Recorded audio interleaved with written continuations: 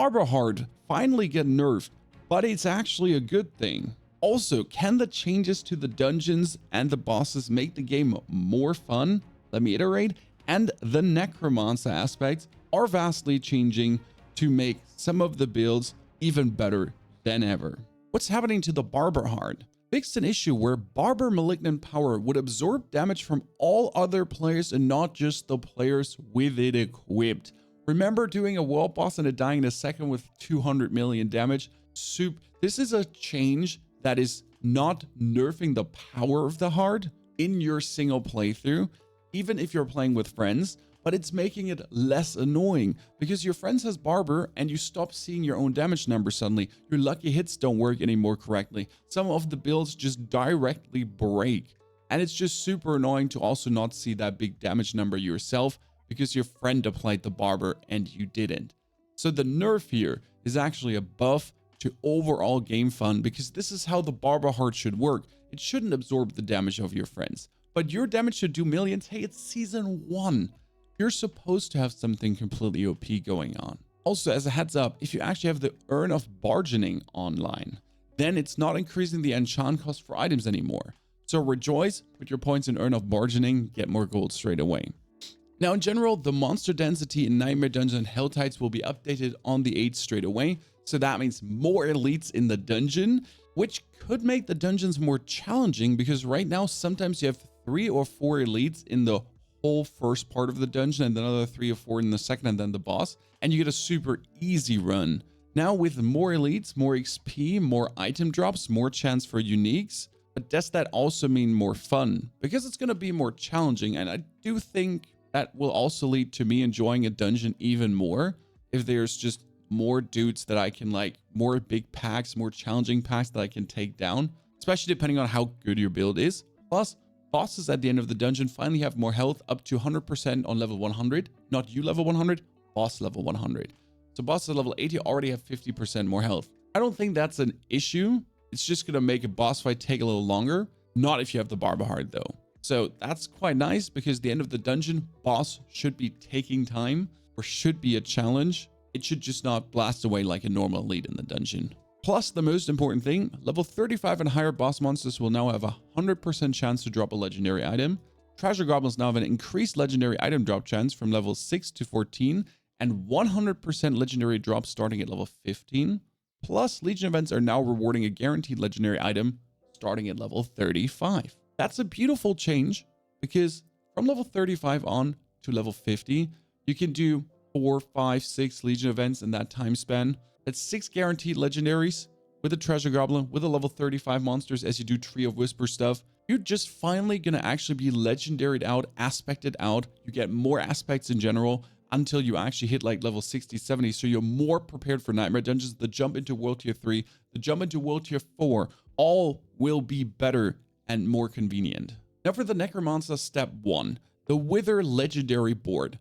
Willpower requirement for bonus reduced from 50 to 40 and bonus damage per 40 willpower increased from 2.5 to 4%. That's gonna make the ultimate corpse explosion build. And I'm already secretly working on that one because we're gonna combine the hell from below for the 40% bonus multiplicative corpse explosion damage paired together with a Black River in case you have it. And then very important, you need the Creeping Death Heart. Your damage over time effects are increased by 40% to 50% for each different crowd control effect on the target. So if we're now looking at actually using chill skeletons, slow, stun, maybe immobilize, there's already 150% increase on your damage over time effects. Hell from Below giving you a 40% bonus, Blighted Aspect giving you 180% bonus, then 50% multiplicative from Aspect of the Damned. And now with Wither being changed, what does Wither even do? Your shadow damage over time effects, Corpse Explosion and Blind, have a 5% chance to deal 50% damage each time they deal damage. So for every tick, they can do another multiplicative damage increase. The chance is increased by 1%. That one is the same. And bonus damage is increased by 4% now for each 40 willpower you have. Right now, my current Necromancer has 400 willpower. I can easily beef that up to 500, but I already have 400. That's 10 times the new effect. So that means 40% bonus damage, 90x in total every single time they deal damage, and another 10% chance. So a 15% chance in total for 90% bonus damage. And if we could get this up to 500, if we could get this up to 550, almost 600 willpower, which is easily possible, we can bring like 20% chance, 100% plus bonus damage and more. This seems to be like an absolute banger build where really Corpse Explosion and Blight could be doing so much damage. That gets followed up with the aspect of the Exposed Flash. Lucky hit, up to a 10% chance to generate 30 to 50 essence when hitting a vulnerable enemy. Now let's think about this. Vulnerable enemy. Exposed Flash used to be bone skills. That's going away. It says any vulnerable enemy right now, and it's a lucky hit. The highest lucky hit kind of has Corpse Explosion with a 50%, and then you have Blight with 50%.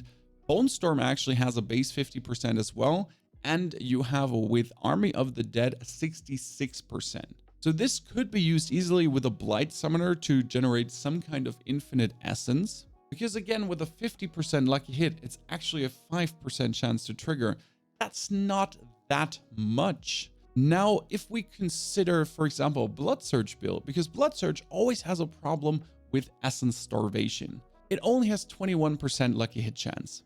But with the Corpse auto-casting hard, it constantly casts Corpse Tendrils and Corpse Explosion. So on top of your Blood Surge 21%, you get the 21% from Corpse Tendrils, and you also get the 50% from Corpse Explosion, which then leads to a world where if your Blood Surge hits every single person in a room, and if it's 20 plus the new density on monsters and elites, that even with only a 2% chance to actually trigger this, plus the amulet on the neck for hitting Blood Surge mini novas with all your minions, consistently getting the bonus essence as a Blood Surge caster. That seems to be what I'm working on. Very interesting if you're playing minions. The following attacks now deal reduced damage to Druid Companions and Necromancer minions.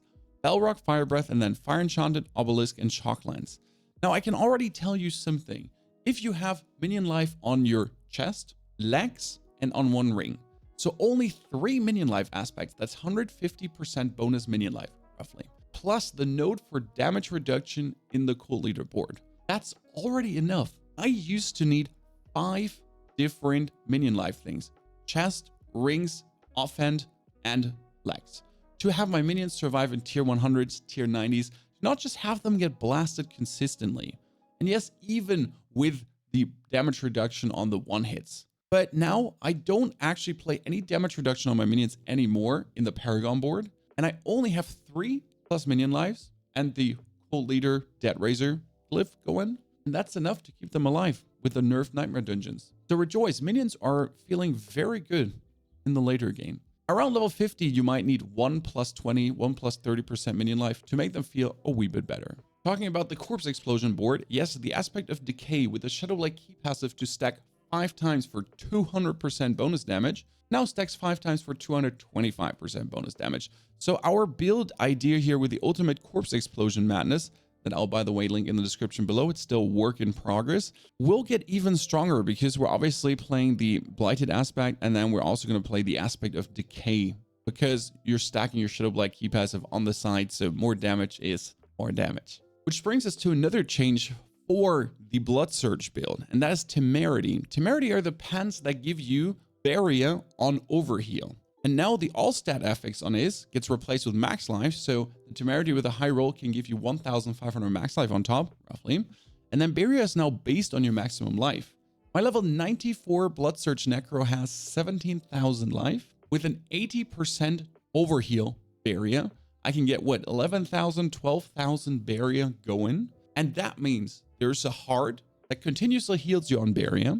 You gain 10% barrier generation. You heal X life per second while you have an active barrier. I think that goes up to like 60, 70 life per second. So 70 barrier per second. It doesn't sound like a lot, but it's a nice little bonus on the side to just keep stacking Temerity. And the most important part is that with a Blood Surge, you're actually overhealing for 800. Right now on my, you overheal for 8, 900, up to 1,000 per Blood Surge. So you run into a big pack of mob, press the Blood Surge, and instantly get 1,000 barrier. press the second Blood Surge, get instantly 1000 barrier.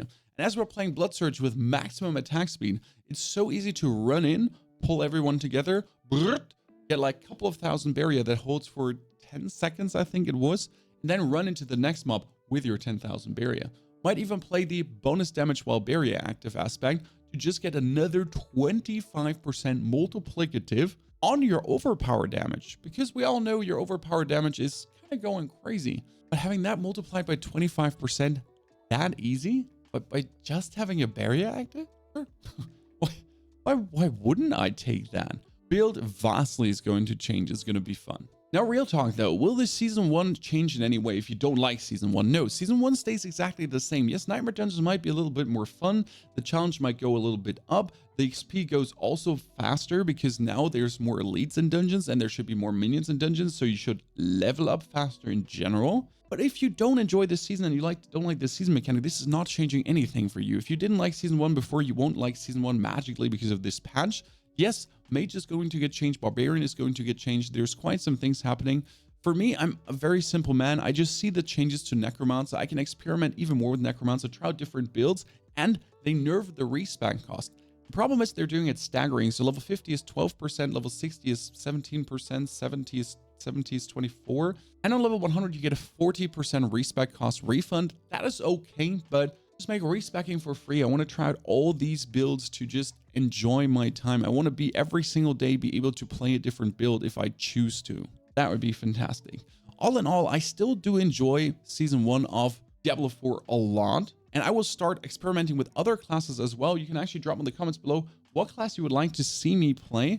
I'm currently tending to Sorcerer because I don't like using basic skills for essence generation. My Necro, for example, doesn't use basic skills for essence generation at all. It's always some trick to generate essence with corpses, or just don't use essence at all. So Sorc seems to be fun because Druid uses a lot of basic skill and that's boring for me. But yeah, drop that in the comments and tell me, what would you like to see me play? But also one thing that gotta be said, right now I can play around, let's say 4 to 5 hours per day of Diablo, which is quite a lot for a content creator, but there caps out. Kind of actually play more because then I'm going towards the burnout stream. And I think that kind of shows where they're lacking with the end game, because we need a little bit more for the overtime enjoyment. I mean, again, if you have 1 or 2 hours per day to play, I think the game has plenty enough content to offer. If you play this game for 50 hours per week, you're going to burn out super quick. Now enjoy the Tempest Necromancer, which is absolutely insane. Or if you rather want to watch some Renman 2, we're talking about Elden Ring with guns, give it a go.